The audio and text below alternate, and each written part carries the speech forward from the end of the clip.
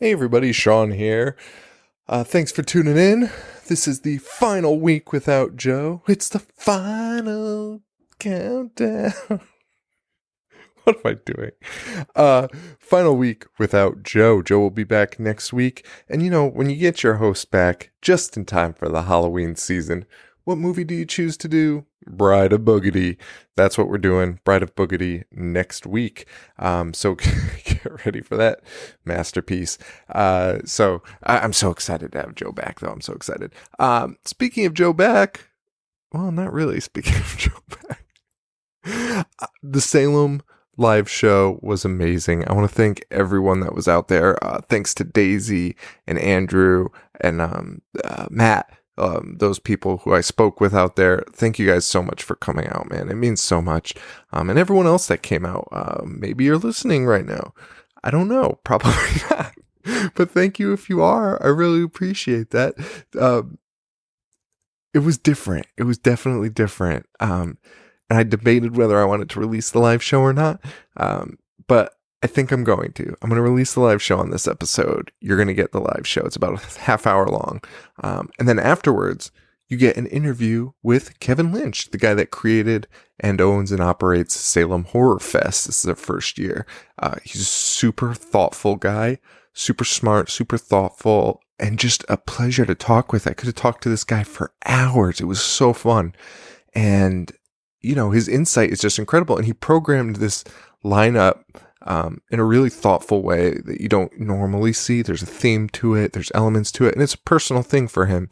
And, he does talk a little bit about his politics. I wouldn't say a lot. Way just more than our show has ever done. So, if you're sensitive to that, A, fucking get a grip. And B, it's probably just not the episode for you. But I mean, like when I tell you it's like minimal, it's minimal. But yeah, I had such a blast talking to him. It was so fun. And I thought we only recorded a half hour interview, and I just listened to it. It's like an hour long. So this is a longer episode, but I'll start with the live show. And then right after that, we're going to go right into an interview with Kevin Lynch. And it's a pleasure. We talk about everything. We talk about the programming, Lords of Salem, Night of the Living Dead. We somehow get on The Purge. It was a blast. I had a blast. This guy's going to do awesome things out there in Salem. So stay tuned for more stuff out of him. And I hope we can link up again. I mean, it was a perfect venue for us. It was. I wish Joe was able to make it. We would have tore it down. I truly believe that. But yeah, I had fun anyway. And again, thank you to everyone that came out. It really meant a lot to us. So this week, live show, Kevin Lynch. Next week, Bride of Boogedy with Joe. And then we'll take it for there. We'll be back in the swing of things after that. We are going, actually, another thing, we are going to Chicago. Big Chicago, November 17th and 18th for the Days of the Dead convention. Joe will be out there. I'll be out there Friday and Saturday. All day Friday, all day Saturday. And then Joe will be there just for Saturday. But I'm trying to get a show booked Saturday night somewhere, and I'm not even looking for a show. I just need a venue that'll let me and Joe talk out loud and not kick us out. So I'm doing that. I'm going to look for something like that so all the fans can get together and we could just have a good time and hang out and maybe record an episode or something. And that'll be fun. I would love to do that. So I'm going to do that. I'll keep everyone updated. But grab your tickets to Days of the Dead. It looks like a fun event. We'll be there. We'll be hanging out at the Bloody Disgusting booth. I think Tab and Jacob are going to be there for a while. And yeah, man, let's have some fun. Let's have some fun out there in Chicago. I've never been. So, and I also need a babysitter Friday because I don't know where I'm going. So, yeah, so I'm really pumped about that. And that's right around the corner. It's crazy. So that's it. If you can support the show monetarily, patreon.com/IHateHorror or store.IHateHorror.com. We still have a few shirts, few hats, and that's about it now, man. And I'm working on a new t-shirt for Chicago, so stay tuned for that. Not exclusive to Chicago, but I'll bring it to Chicago first. It's basically going to fund our trip. So yeah. Yeah, if you see us in Chicago, buy that shirt. It means a lot to us. So anyway, so up next, yeah, my live show from Salem, interview with Kevin Lynch, man. Thank you all so much. I can't believe what we're doing with this show now. It's all thanks to you guys. So, can't tell you what it means. So, thank you all so much, and enjoy this episode.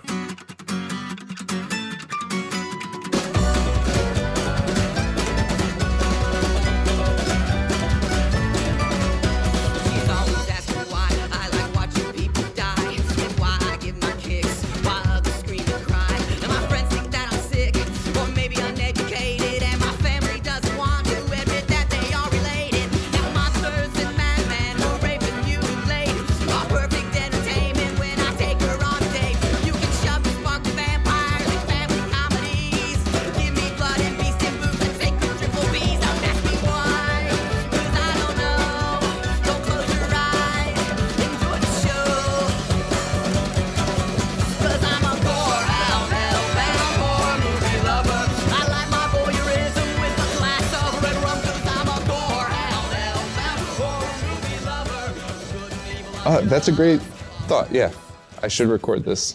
That's what I do. All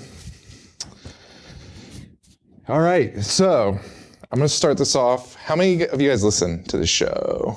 Anyone? Awesome. Thank you guys so much. All right. We wrote in a question, and you didn't really answer it. What was the question? Wait a minute. Let me start the show, and then we're going to fight. All right, so I'm going to just do our normal intro here before we kick off. So, how does it go? I do this with Joe, actually, when I record the show, too. I can never remember. Hello, everybody, and welcome to The Horror Show. Show that dissects, mutilates, dismembers, and butchers all of your favorite and not so favorite horror movies and other horror-related events. I'm Sean. Joe could not be here because of the birth of his baby. Big deal. So I appreciate you guys coming out.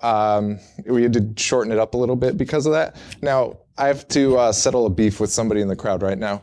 What was your question? Do you want to come up and say it? Do you remember the question? What was the question? Go on. I know, Georgia. What was it? I was asking on behalf of you watch the movie first. Oh yeah, so do you suggest us watching the movie before we speak about it on the podcast, or do we should listen to the podcast and then watch it? That was you? That was me, but she's embarrassing me. That's like one of my favorite questions, too. I thought I answered that. That was like one of my favorite questions. All right, so I'll get to that. I'll do it right now. Fuck it. Oh, okay, yeah, no children. Okay, cool. So that question is, so what we do if you don't watch the show, we literally just take a movie scene by scene and make fun of it, pretty much. If we like it, we still make fun of it, and that's kind of like our website address is ihatehorror.com, and it's just to show like horror's so subjective, like no matter what the movie is, somebody loves that movie. I love Rumpelstiltskin. It is a giant pile of shit, but it's so good. I just love it so much. But I know that is a terrible movie. So like that's kind of like the lesson of the show. So we'll dissect anything. So we watch these movies and we talk about them in detail. And to me, I always assumed people would watch them first and then listen to the show. But I'm finding more and more that they actually listen to the show first and then watch the movie afterwards. So that way they have like the jokes in their head. But to me, I don't know, because I feel like then I'm changing your opinion on it. Like, you don't want my opinion, like, even though you're all here, so listen to my opinion. But like, I don't want to sway your decision on a movie. So I don't know, like, I'm kind of in between. I think you can do it any way you want. Most of the podcasts I listen to that do movies, I don't even watch the movies. Like, as long as they're good comedians, like, then I don't really care. But I think you could do it either way. And I don't know. Experiment. But I love that question. I think it's like a really interesting, just to me. Okay, so usually I normally have like a laptop with all my notes. I don't have that, so I have note cards.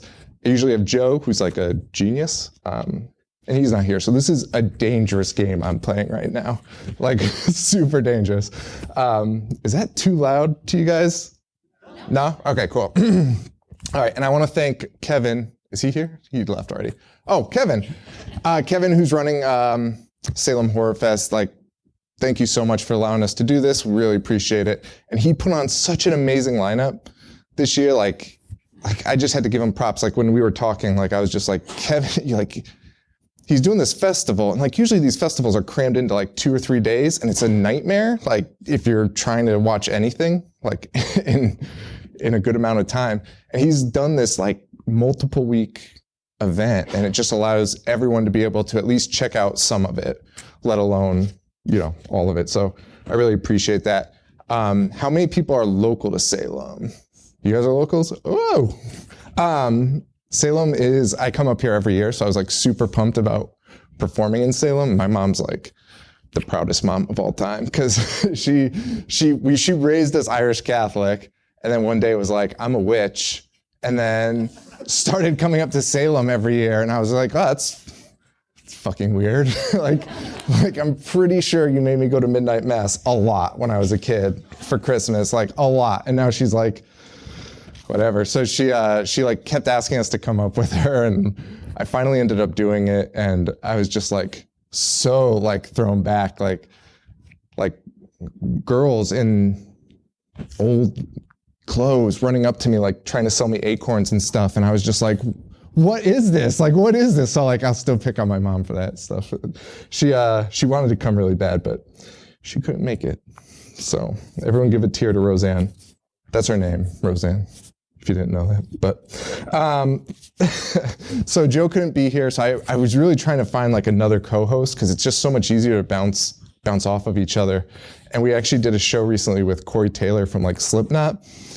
From Slipknot. He's 100% from Slipknot, and Stone Sour. And so I was like, oh, that would be so fucking awesome. Like, what if I reach out to Corey Taylor and he like comes up to do the show with me? And he said, no. So that was it for that idea. And I'm really glad there's like no kids here, so I can actually swear, because I was like, every time I ran through this at my house, I was swearing a lot, and I was just like, this is not going to be good. Some parent is going to yell at me a lot. So I'm really happy about that, because we get emails from fans, and I'll like read them, and I'm like, oh, this kid sounds kind of young. And I'll ask their age, which I probably shouldn't, but I'm just curious. I'm so curious about our fans. And like one kid was like, oh, I'm 14. And I was like, dude, like we just did an episode where we talked about like semen for like way too long. Like, why are you listening to that? Like I'm going to tell your parents. Like, it's just really bizarre. So I was like really hoping none of those young fans came out for this. But they are like really supportive. I love them so much. Like, because it reminds me of like when I was a kid with like Joe Bob and stuff. Like, I loved Joe Bob as a kid. And I like rewatch those now, and I'm like, wow, that's inappropriate. Like, these jokes about like China and stuff are like, I should not have been hearing those.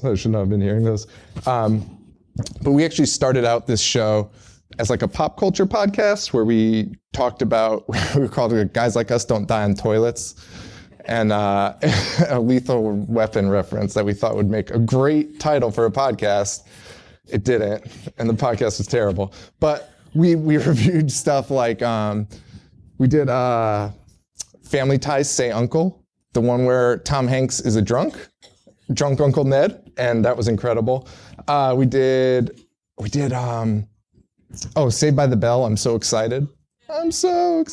Yeah, we did that episode, which like, and Joe hates all this stuff. Like, Joe can't stand any of this shit. So like, we were doing these podcasts, and he was just like, I'm not having fun at all.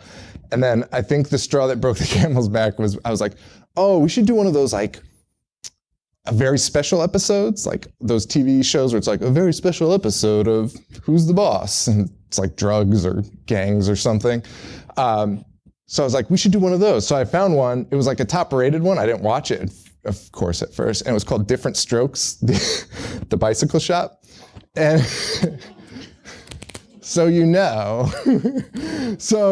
the bicycle shop, like we both watched it and we were like, can we do an episode on this? Because this is about Webster meeting a bicycle shop going to a bicycle shop with his friend, and the guy that owns the bicycle shop is a child molester, and like takes the kids in and is like, oh yeah, I'll work on your bike if you like wrestle with me. And I was like, oh my God, Joe, like this, we can't do this show anymore. Like this show, like if we keep running into stuff like this, we're done. So we ended up doing like a Halloween episode, and we chose like our favorite horror movies, and like it was the best episode we ever did. We were like actually passionate about it because we both love horror movies.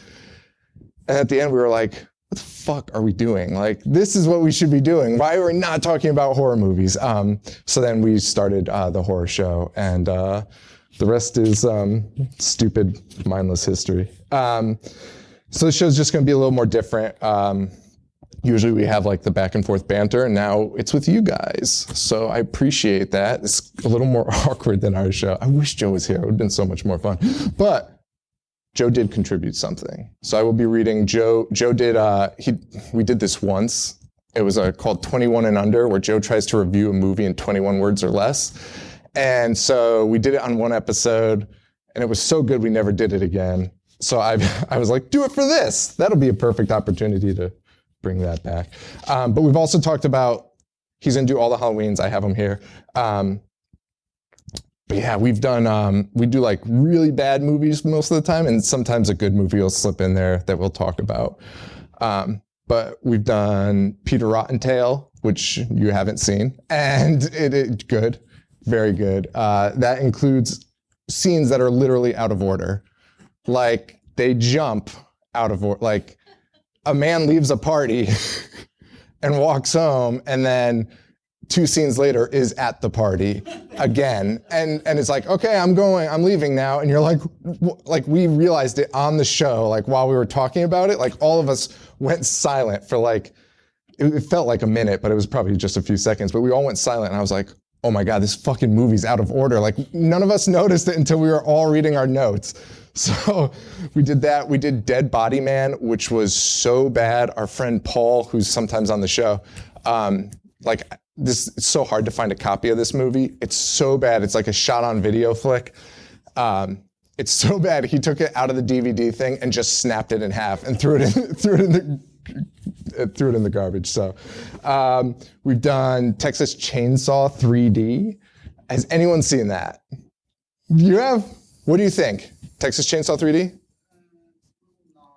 Yeah, it's a little weird because Leatherface would be 60 years old if I calculate properly. If I put him at 18 years old at the beginning, this takes place like present day. He'd be a 60-year-old man, like chasing kids. And it's obscene. It's so obscene.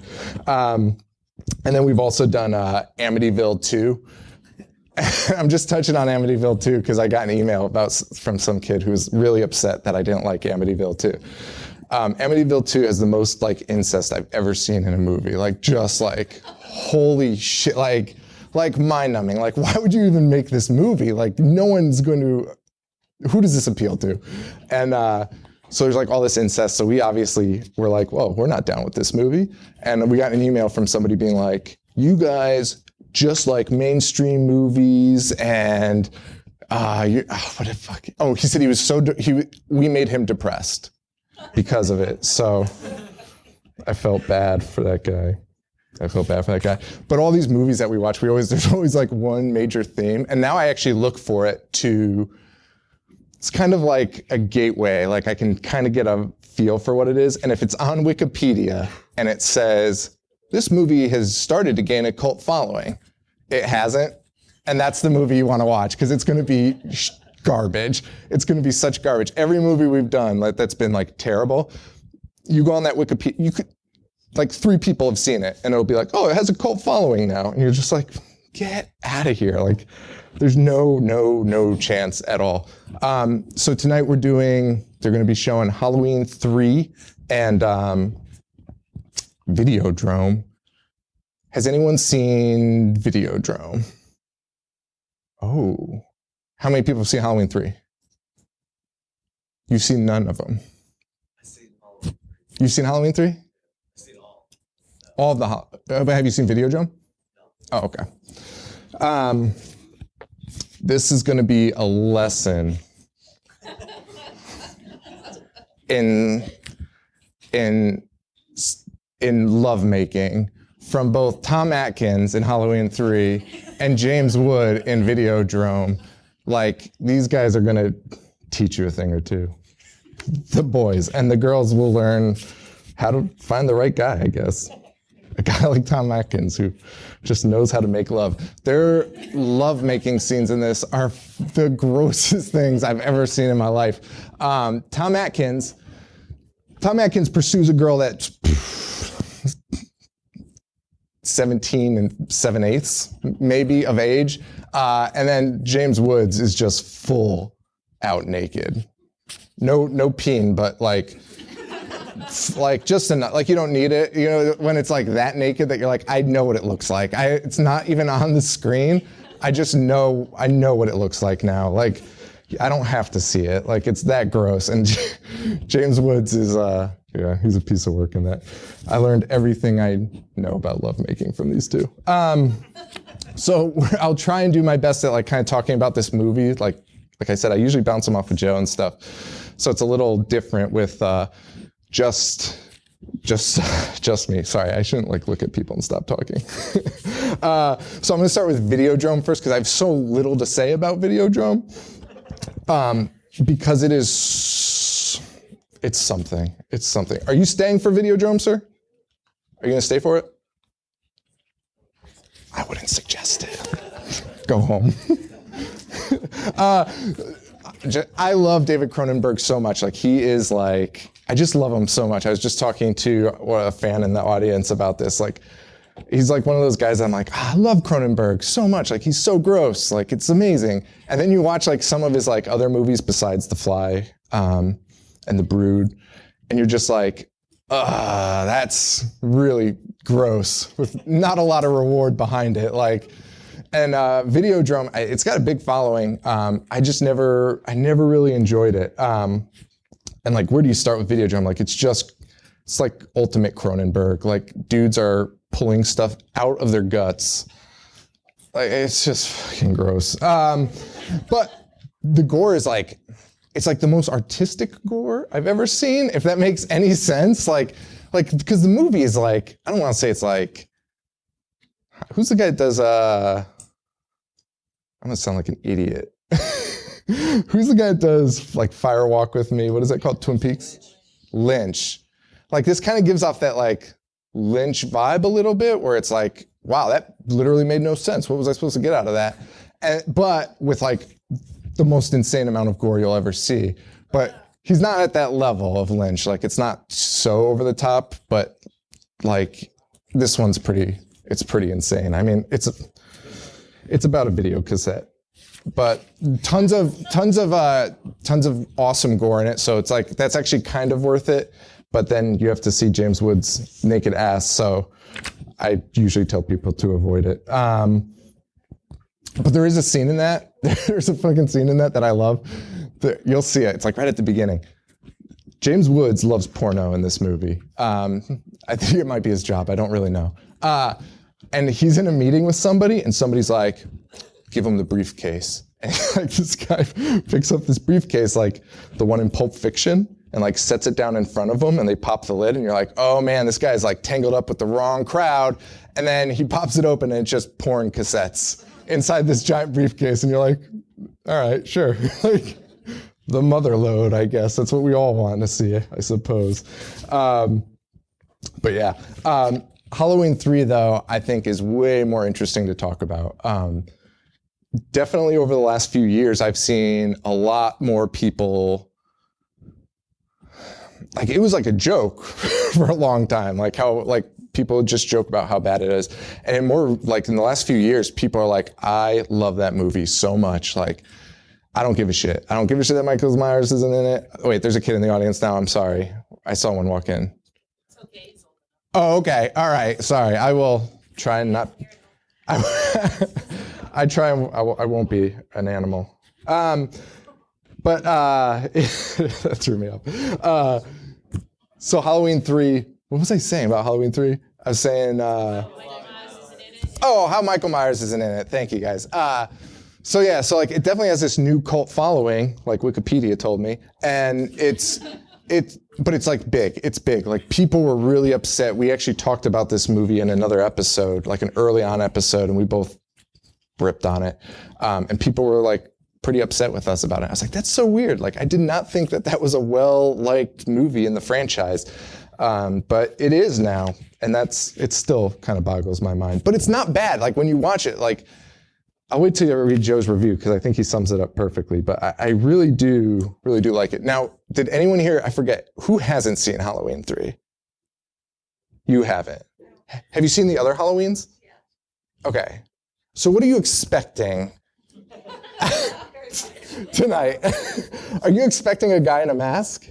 Were you expecting a guy in a mask? If I was watching, yeah.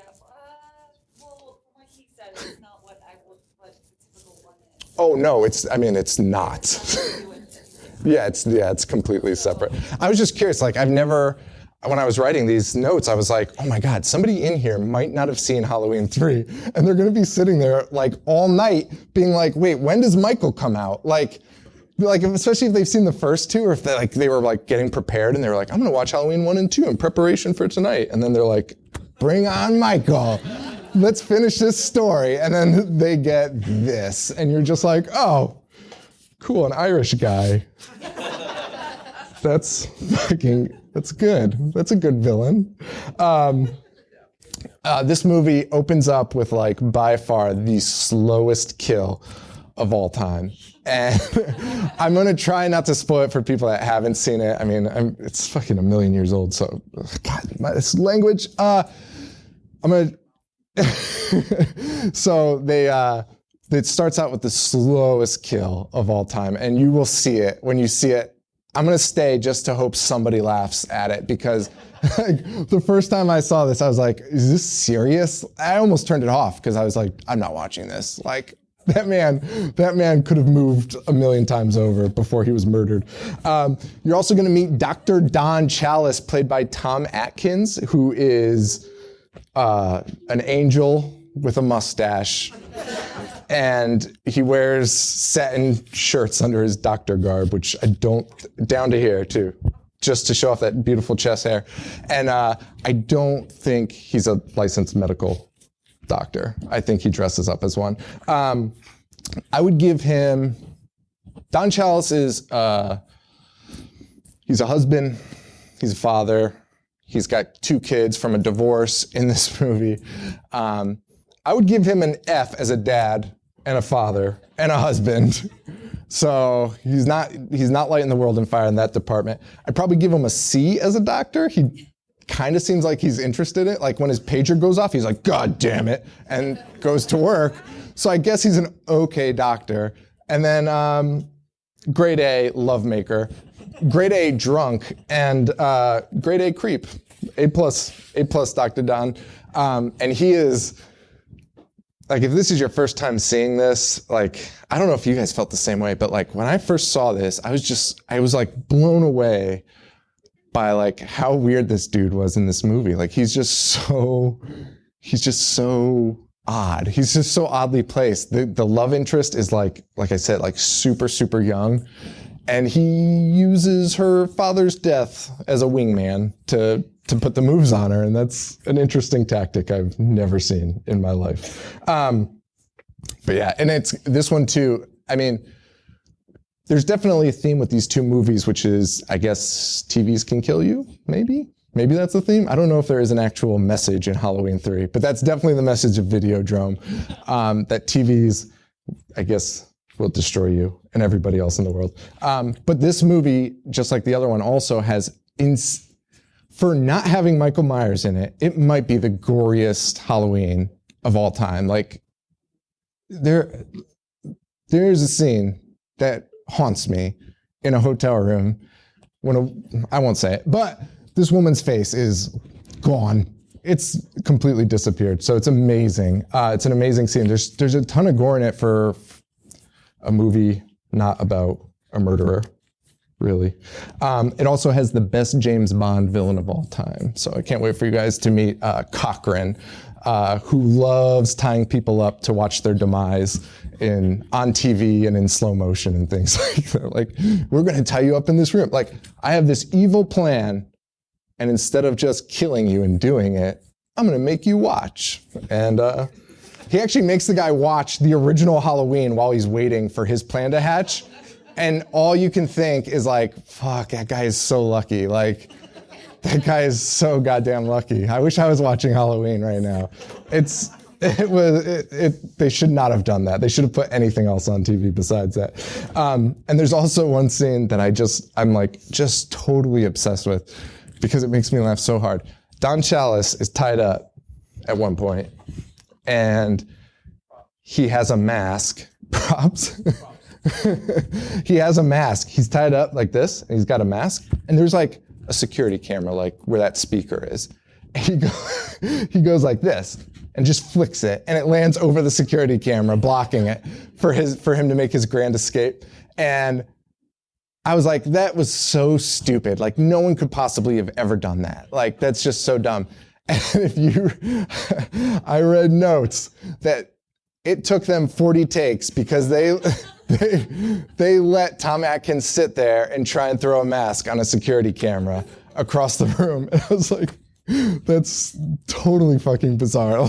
Like, why would you ever do that? Like, it's just so weird. It's like one of my favorite notes I've ever taken on a movie was letting Tom Atkins try and throw a mask from a seated position tied up.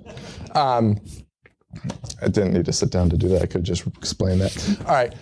So I'm just about done here. I'm going to read Joe's 21 and under reviews of the Halloween movies. That's some other stuff. All right, 21 and under. So Joe has 21 words or less to review a movie. And I said, why don't you do all the Halloweens since we're doing Halloween 3 tonight? And he obliged. And even with a baby, he was able to do this for me. So Halloween, the greatest of all time. Simple. I like it. Halloween, the direct sequel to the greatest of all time. How many people like Halloween 2, by the way? I fucking love Halloween 2. It's like my favorite. I like it more than the first one. That's bad to say? Or no? No. I like the second one a lot more. Halloween 3, Season of the Witch. No Michael Myers, and somehow even less witches. Even more baffling is I like it more with each viewing. Which, that is like my perfect synopsis. Like, nothing about it makes sense. And yet you're just like, I think I like it a lot. Like, every year I'm like, wow, I like this. Halloween 4, The Return of Michael Myers.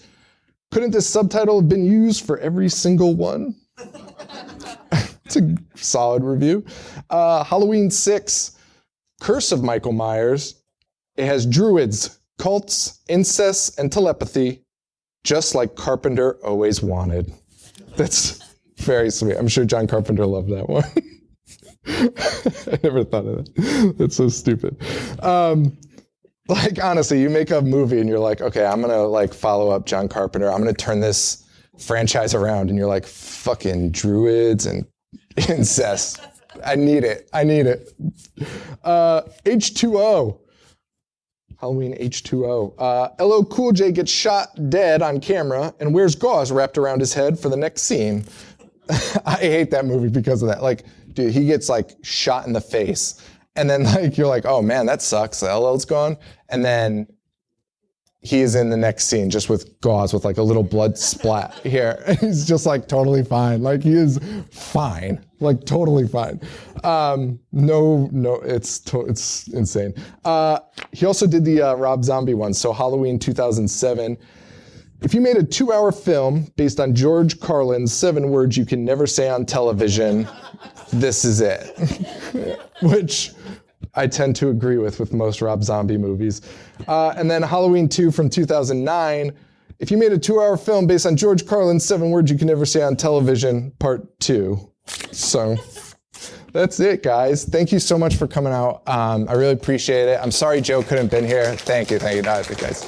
I really do appreciate it, though. I appreciate it. And hopefully next year, Joe will be out here and we can make funnies together because it's way more funny with him. He He pisses me off. All right, guys, thank you so much. Enjoy these movies. I'll be around if you want to say hi or whatever. And thank you guys very much. Oh, I should end the show like I normally do. What do I say? For Joe, this is Sean. Stay weird. Thank you, guys.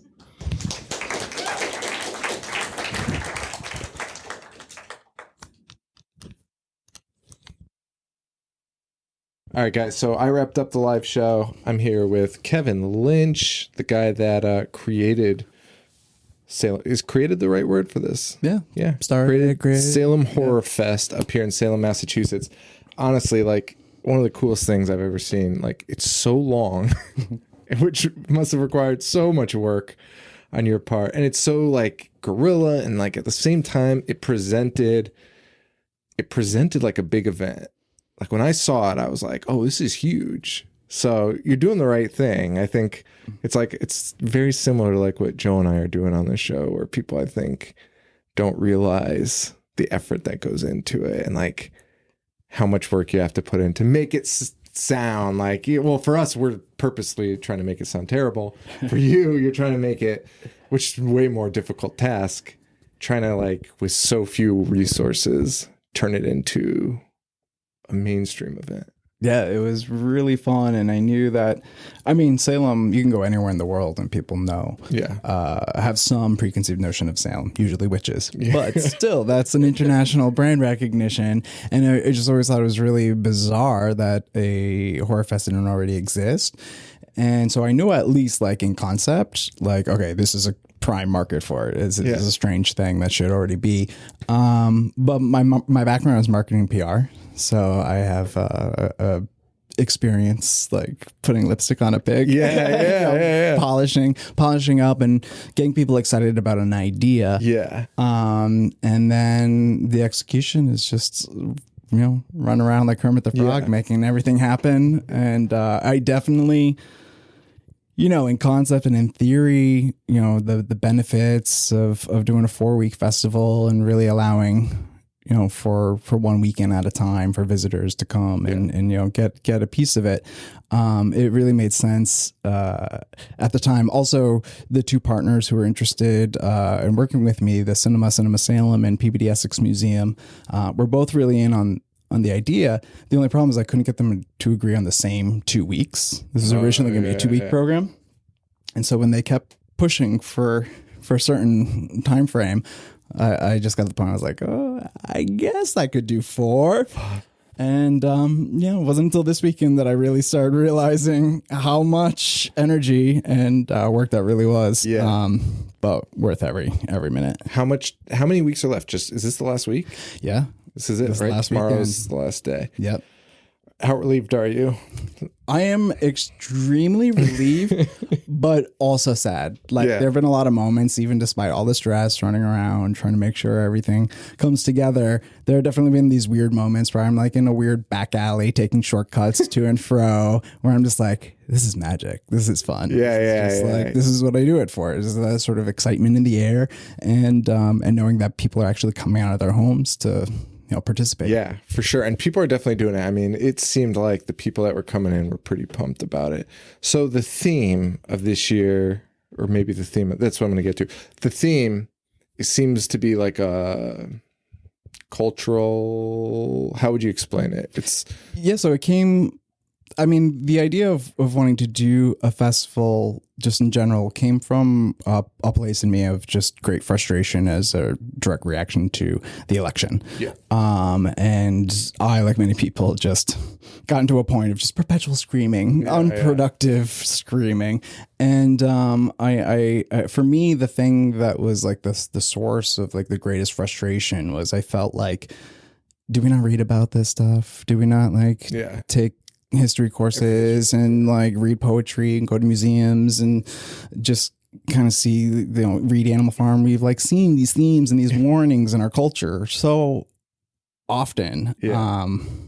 I thought, and I just got, and being a marketing person, I've always seen how sort of that can work. Yeah. And how much power that has. Yeah. The image and the salesmanship.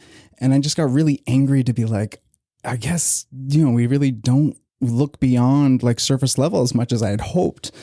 And so that just reminded me of the horror genre in general, where, John Carpenter has famously said that horror is a reaction, not a genre.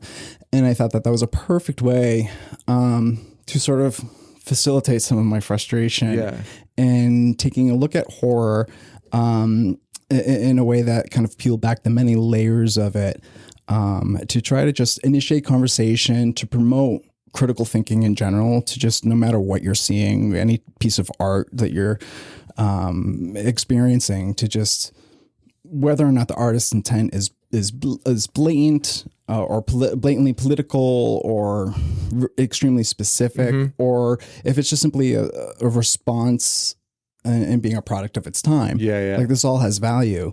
And so I wanted to create an experience where we're looking past this and touching upon themes of fear that certain segments of our, our country experiences.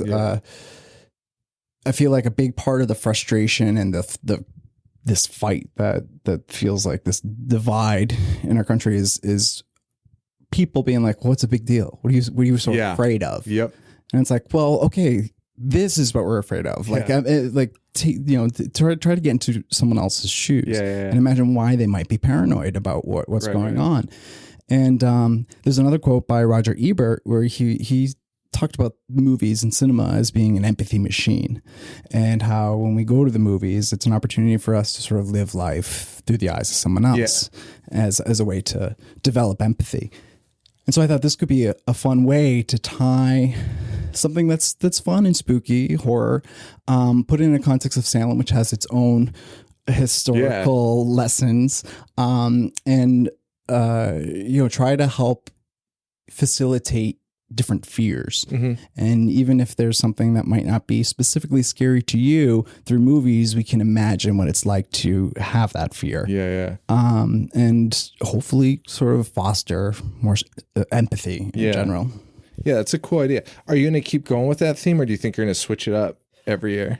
So our tagline is, to overcome fear, we must first understand it. And so I think that is going to remain intact. That no matter what we program, the mission is to see what these movies might be saying about us as a culture, as a reflection. Like Shakespeare said, hold the mirror up to nature.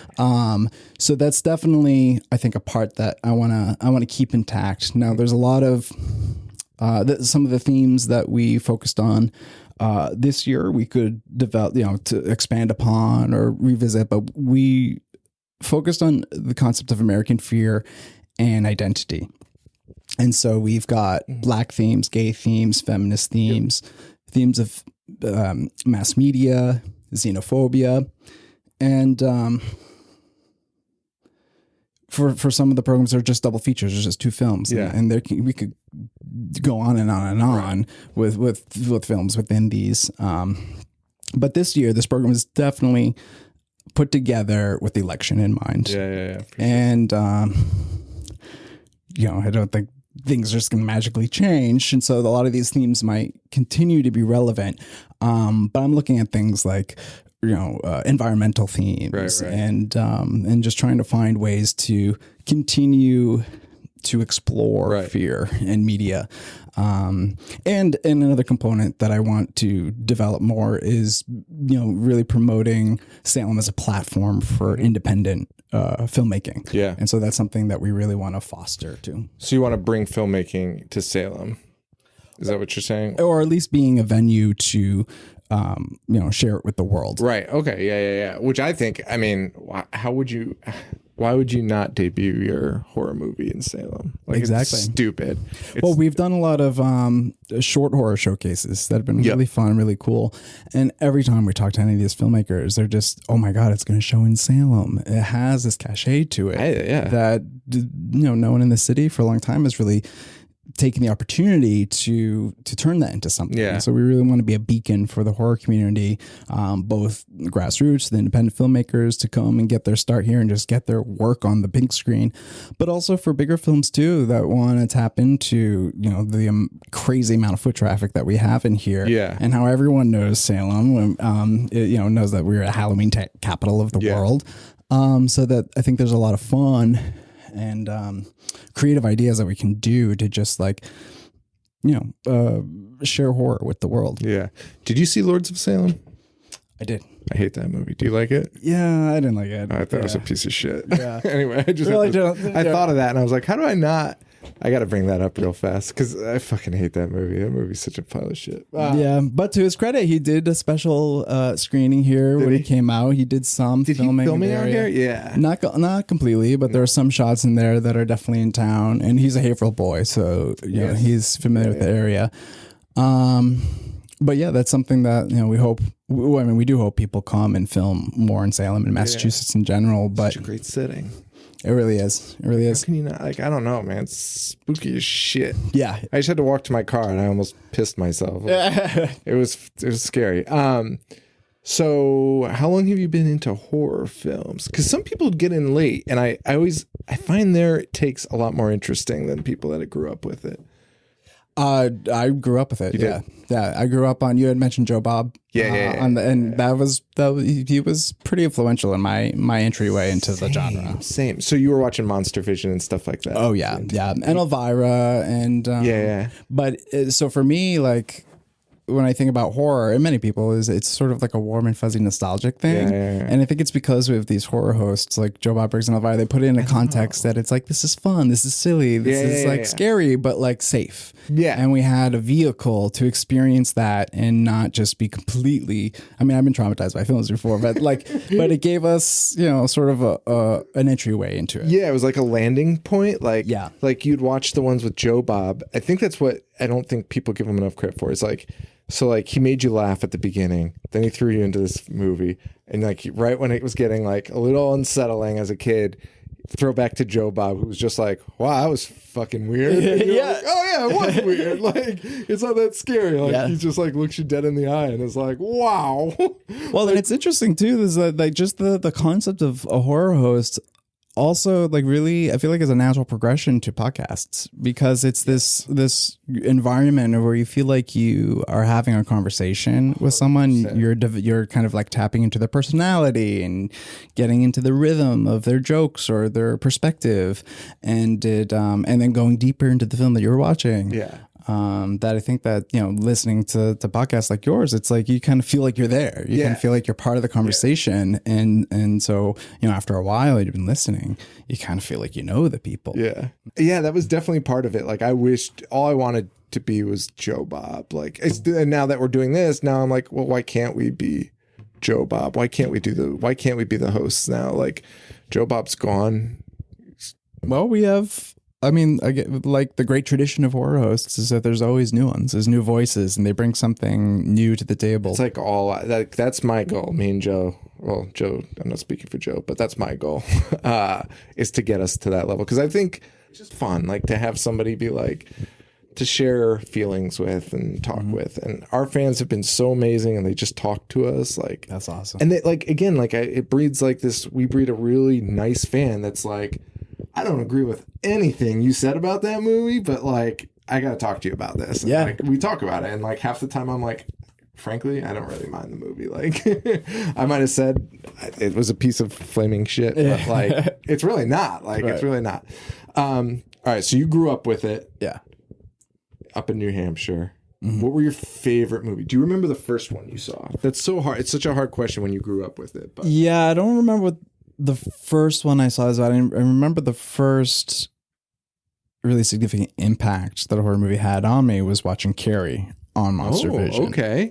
And it was, I mean, I was sucked into the story. I was definitely like a dorky kid who got made fun of, you know, little gay boy. I had a lot of sort of connections to Carrie in the story. But it was the very end, that sort of cheap jump scare that launched into a whole bunch of others. that with Carrie's hand popping out of the grave. I thought I was having a heart attack. I was like, what is this feeling? Like I jumped so far and felt like my heart being clenched.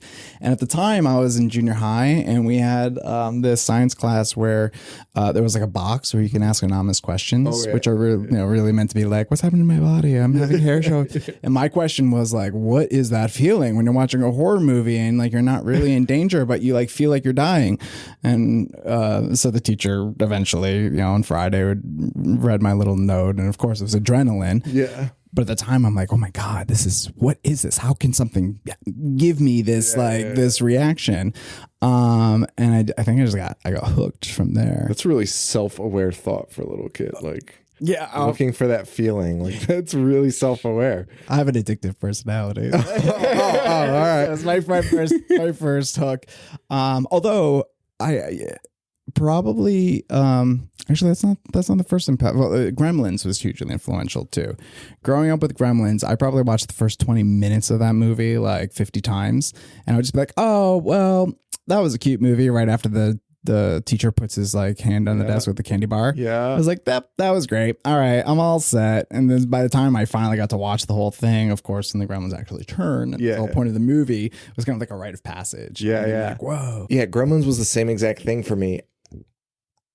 I tried watching that so many times, and like poor little Giz, when he gets that water dropped on him, it's like the most horrifying thing in the world. Like, it's almost torture to watch that. Like, He's just pounding his little fist. dude, he's so upset, and then shit's growing out of his back. I was like, this is not cool. Like, I don't want to watch this. Like, this is fucked up. This is so bad. Help him.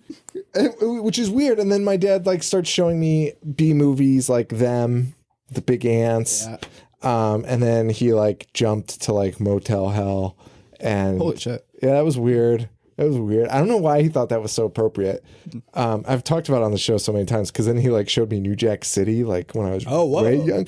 Yeah, I know. And then like I think it was like he must have I think he must have just been like, well, I want to watch this movie, and I'm sick of babysitting this kid. He doesn't go to sleep at night, so we're gonna watch New Jack City. And like there was some scene where the words were like, whoa, like crazy. And I remember vividly like sitting there.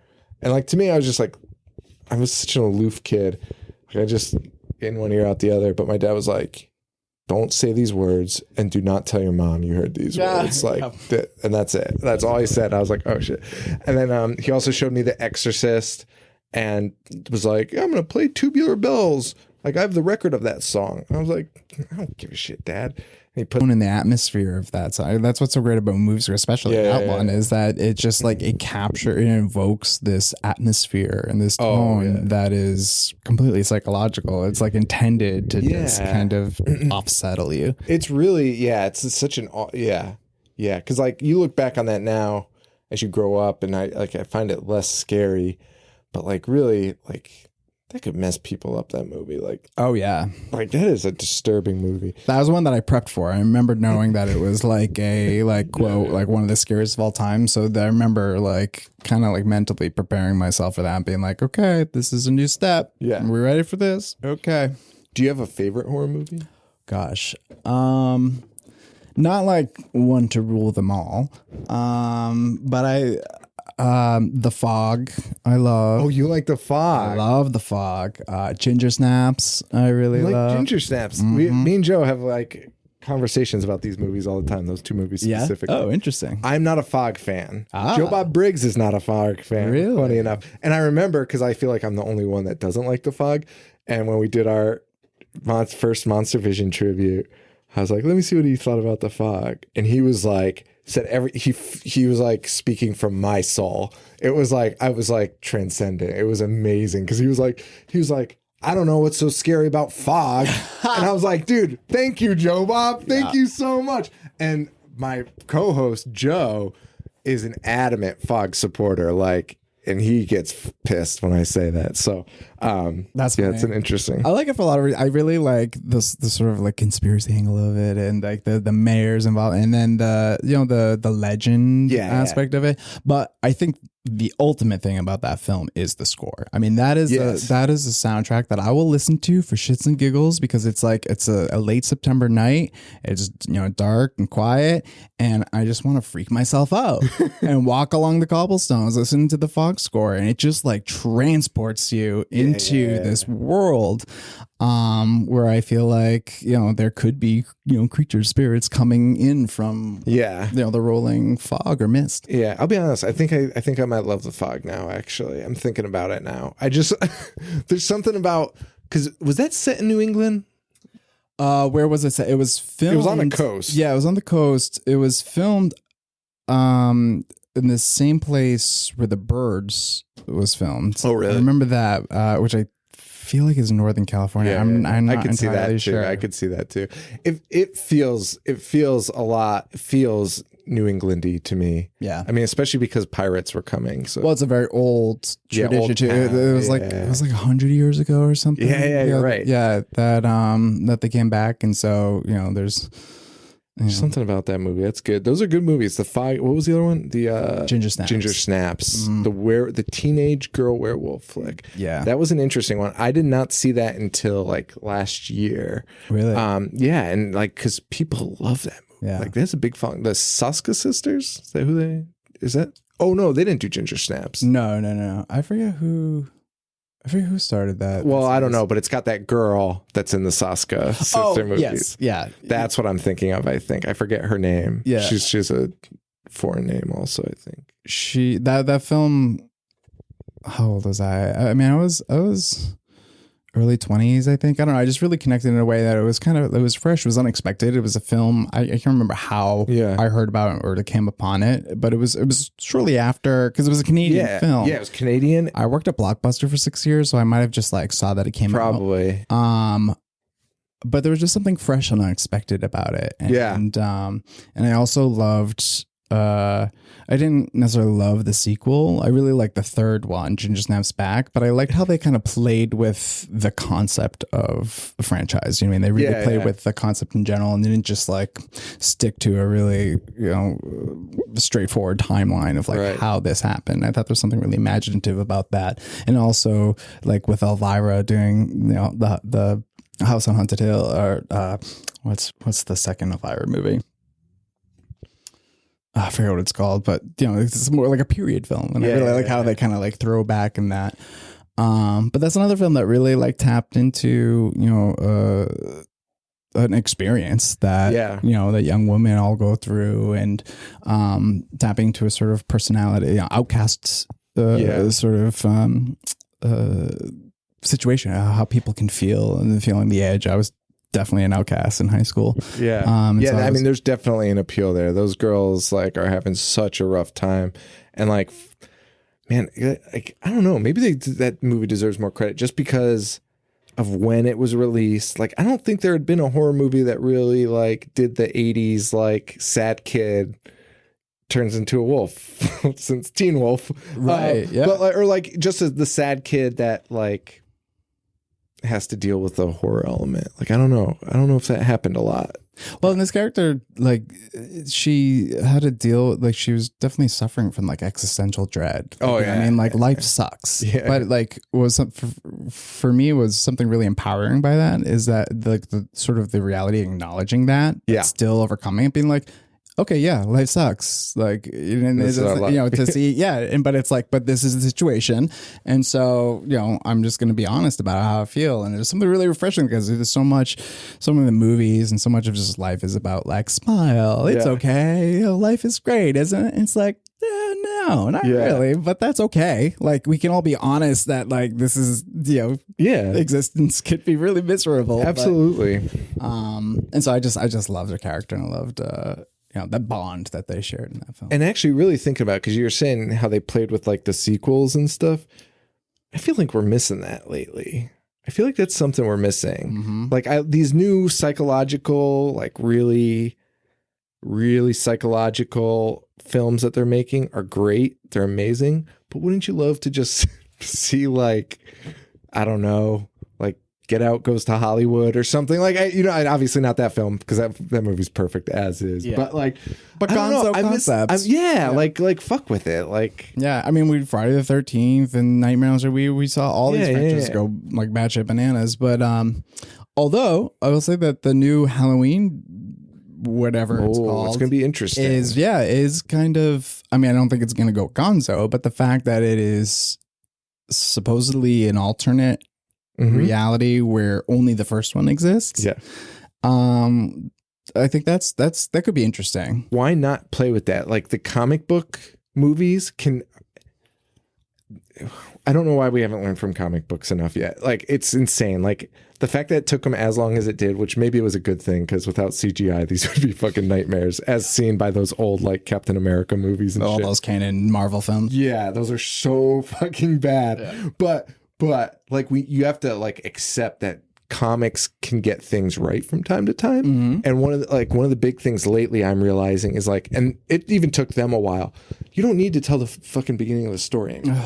Yes. I don't need Spider-Man's backstory. I don't need an hour and 15 minutes of that. Get it. He's got spider powers. And you Come on. could bring it in throughout it, and you don't even have to tell the whole thing in the first movie because we don't need it. Yeah. And I wish horror would like embrace that idea a little bit more and just embrace the like, we're going to reboot it. Mm-hmm. And I know some people hate reboots, but like, just think about it as like a comic. It's like they're just taking source material and they're just going to do their own vision. Who cares? If it sucks, it sucks. Like, fuck it. Like, Well, ideally, sometimes Yeah. the reboot is just like this like pointless retread. Of course, And yeah, then yeah. there's a new fresh vision of Yes. an idea. yes, like what was it when they remade Psycho and it's literally scene for scene of the fucking first movie. What's the point? What's Yeah. the point? But like Evil Dead, Right. that reboot or whatever you want to call it, I don't even know. Like, listen, they're just trying to. These guys are making money.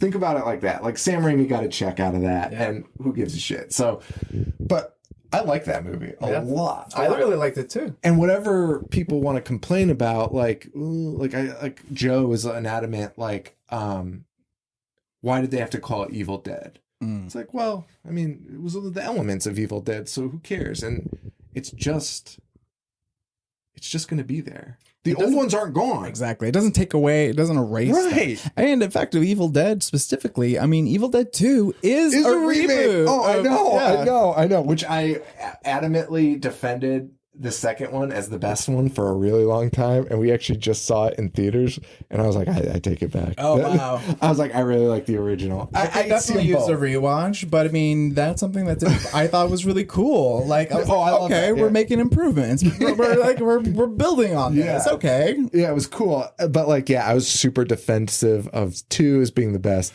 And then I rewatched 2 and I was like, oh, because you blend so many of them. Like after not watching them for so long, you blend the elements between the two.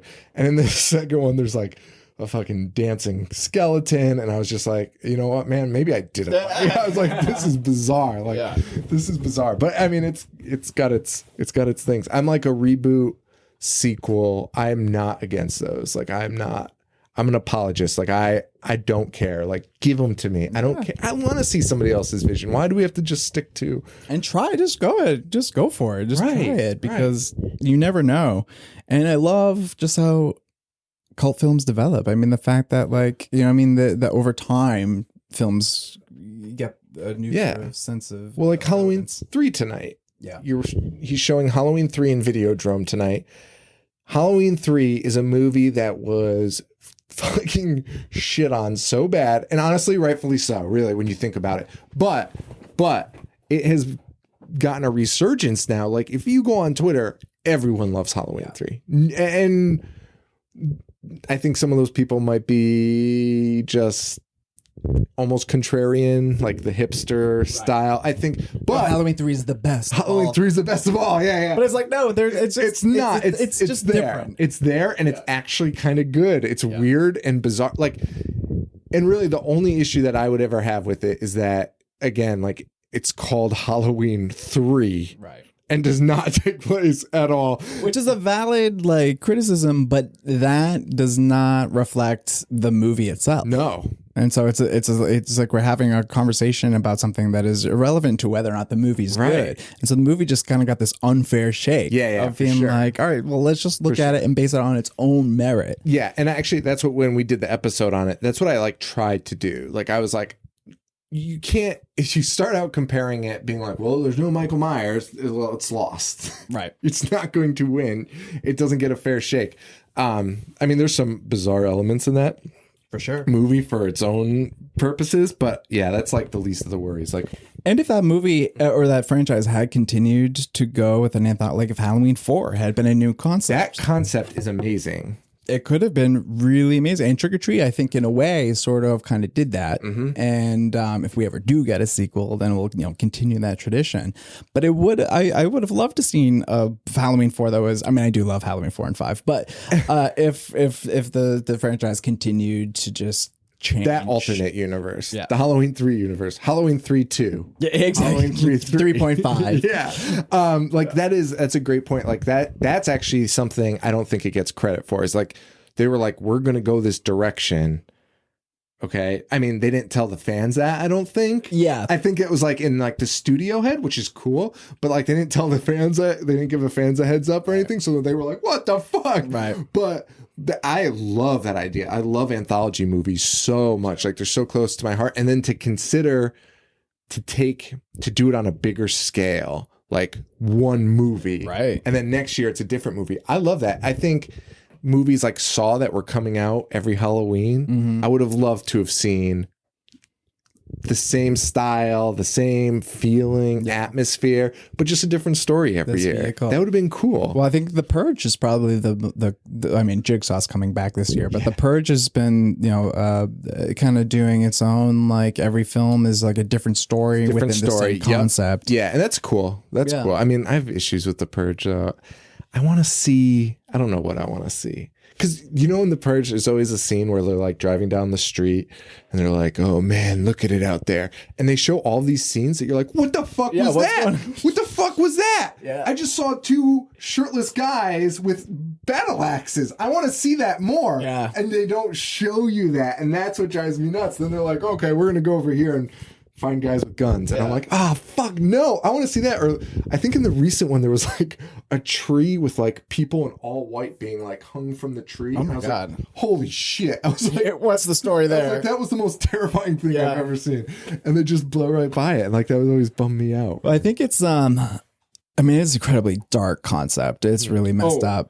Yeah, and I think that they don't tap into it enough either. Like when you explain The Purge to somebody, like if you like, you're like, oh man, that's fucked up. I'm in. Yeah, you watch it and you're like, it doesn't quite like Get Out. They don't hit it. Like boom. Could you imagine if like they did like a Get Out style Purge? Like you're talking about probably like the most fucked up movie of all time. Yeah, because it really does hit uncomfortably close to home. Yeah. Well, and then Blumhouse is doing the TV show where they do The Purge every other day of the year, or they develop that story. So that could be interesting.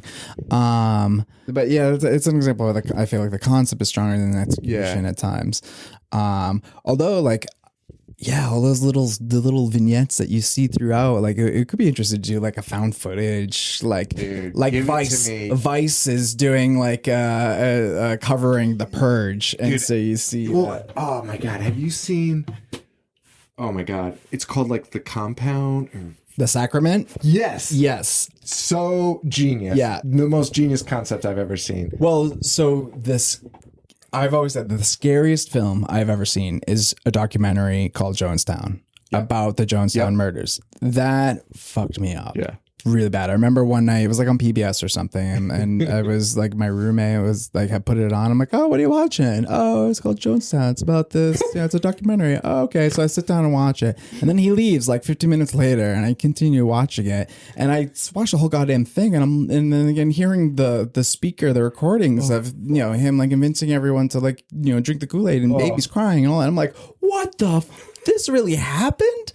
It fucked me up. And so when the sacrament came out, I was like, oh god. At least like I know this is a script and this, but like but they did a good job of trying to, because I think they actually had someone from Vice. They actually used do it. Vice's. Yeah. They used Vice's logos. They did, and like I'm a found footage. I don't want to say connoisseur, but I'm obsessed with them. And like all I want you to do, I'm not asking for a lot, but tell me why it's found footage. Yes. Right? Like I don't. You need to have a reason why it was found.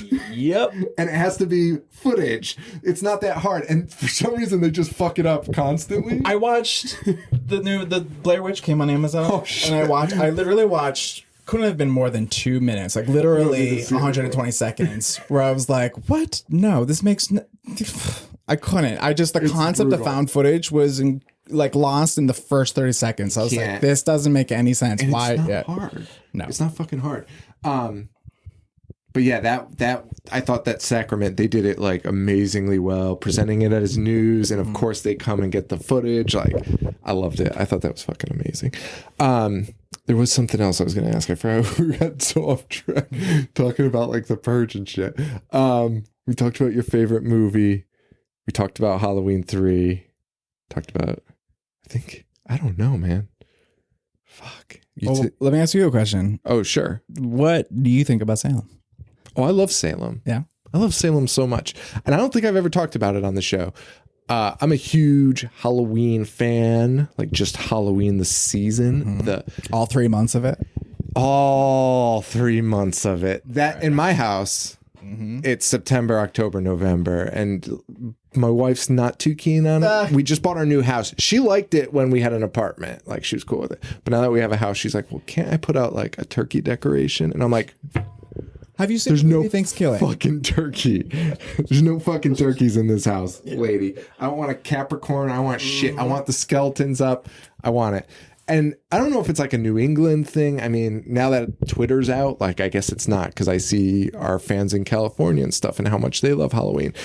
It just feels special up here. Like, it just feels different. And Connecticut's barely New England, so like I don't even get the full treat, which is why I love coming up here. Yeah. I love the old towns in Halloween. Cobblestones, the air is crisp. The air is, dude, I was walking in my car dropping off equipment today after the show, and I was just like, this is so perfect. Like, this is perfect. Like, I don't want to leave. I really don't want to leave. Especially this time of year when it's, when it gets to like 9 o'clock, 10 o'clock night, there's still, you hear those sort of like the drunk people in the distance, or there's weirdly quiet in shadows. And then, it really is like in Trick or Treat, that vignette where when they go into the parade. There's something about the tradition of Halloween. It is. The mystery and intrigue of the holiday. Who are these weird people like behind masks that are just like kind of standing, in the shadows to freak tourists out.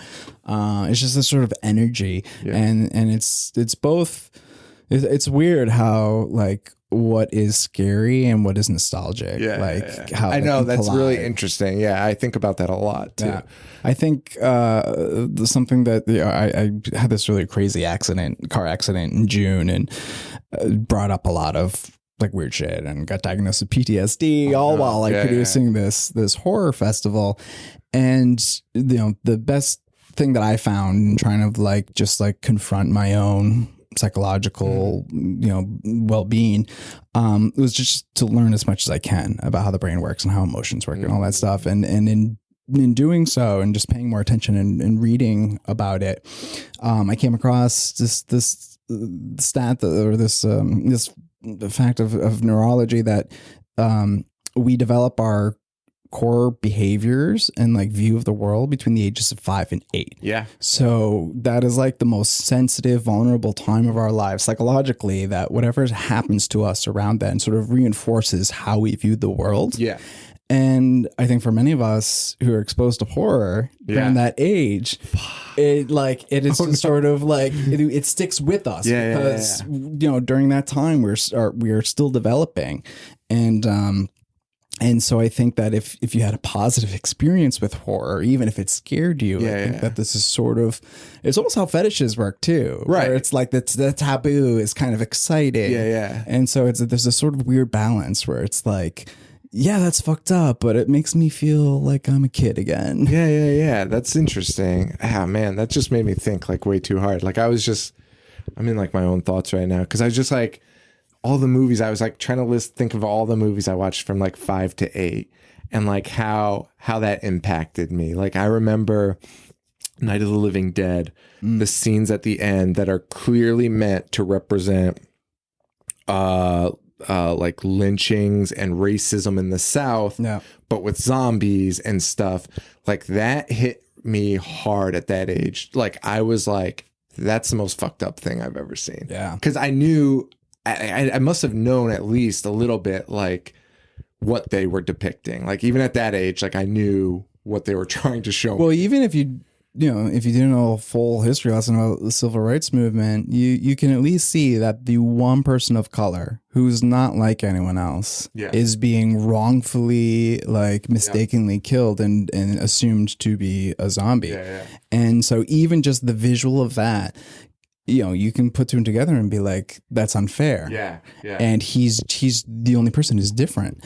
And that's and so just the basic visual level of that, and of course it's gruesome. You see his body taken out in hooks, and it's really messed up, and it's done in black and white in a style that was meant to be sort of documentary journalist. So there's a lot of things that are really brilliant about that film, which is why we kicked it off, because we kicked the entire festival off with that film, because it was I think a perfect film in what horror can represent, and sort of the importance of horror in our culture 100%. Is that 1968. I mean, George went to his grave saying that casting Dwayne Jones as Ben was not intentional, but he would say it was simply the best actor of his friends. But when they've made the film and they finished it and they had it in the can, they're on their way to New York City to pitch it. News on the radio broke out that MLK Jr. had been assassinated. And in that moment, they knew the film had just taken on a life of its own. And so you can have a film like They Live, when John Carpenter had a very specific thing to say about Reaganism. And then you have Night of the Living Dead, which does have a great social commentary and political commentary in a lot of ways. And maybe he didn't intend to make it as provocative and specific to the civil rights movement, but simply being a product of its time. That is still how art works, is that it can take a life of its own. Like Michael Myers, when the studio like, oh, we'll just change the concept for 3. Michael Myers had already surpassed their expectations of what it represented to the public at large. And so these films can grow into their own a life of their own. And I think that's something really exciting, especially when you think about just the medium of film or photography in general, that you're just capturing light. You're capturing these moments. And so in a weird way, even from like the specifics of just being on set, capturing, that personality, that person in that day, like what was the rest of their day like, or that week, or what was like the weird accidents that happened on the set that resulted in some of the most memorable moments.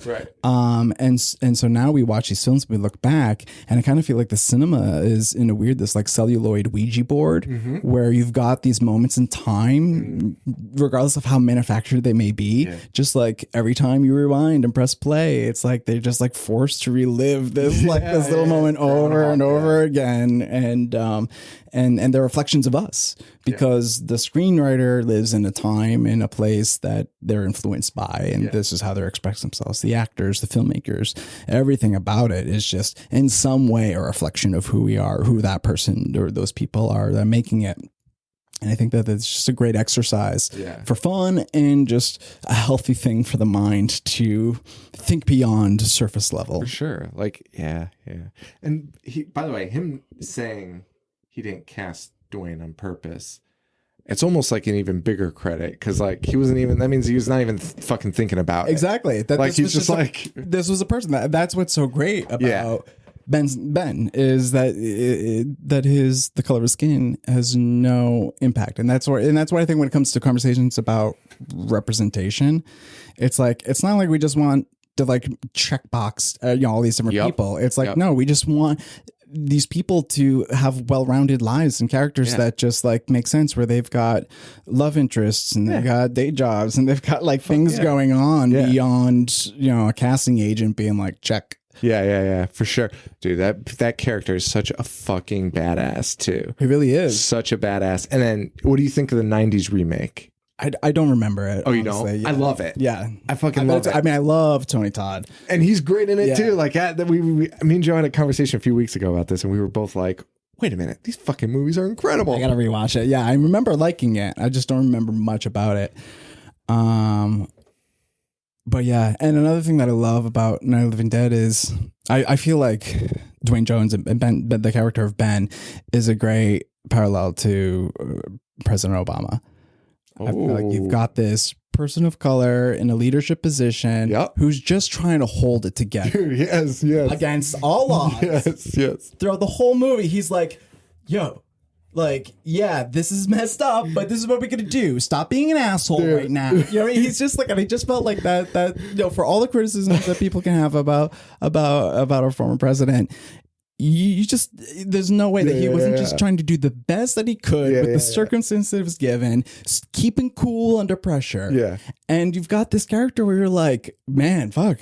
If there's ever a zombie, I want to be with him, dude. That's I can't even remember if it was on the show when me and Joe talked about it or not. But like, you're saying exactly what I said. It's so funny to relate it to Obama though, because it's like it's this dude.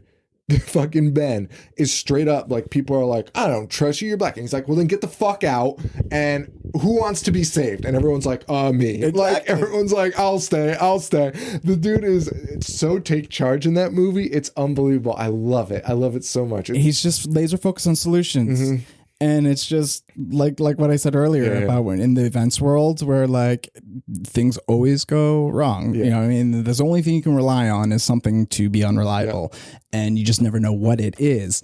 And in those moments you just go, yes, and here it is. This is a situation I'm given. I can spend 5 minutes like cursing about it, or I can try to figure out what we're going to do about it and get to the solution faster. And that's what he does from start to finish. Maybe that's why we like Ben. Yeah, he's just such an amazing role model. And he keeps it cool. You know what I mean? He totally really, cool. Like he never loses it. Yeah. And then of course the great irony of it all is that he's just like mistaken to be one of them, and it's just so heartbreaking because you know how hard he worked to save those people. It's really heartbreaking. And then of course him being an sort of accidental example of representation, that still I believe has value because it still gave so many people growing up, especially people of color, being like, whoa, he's the hero.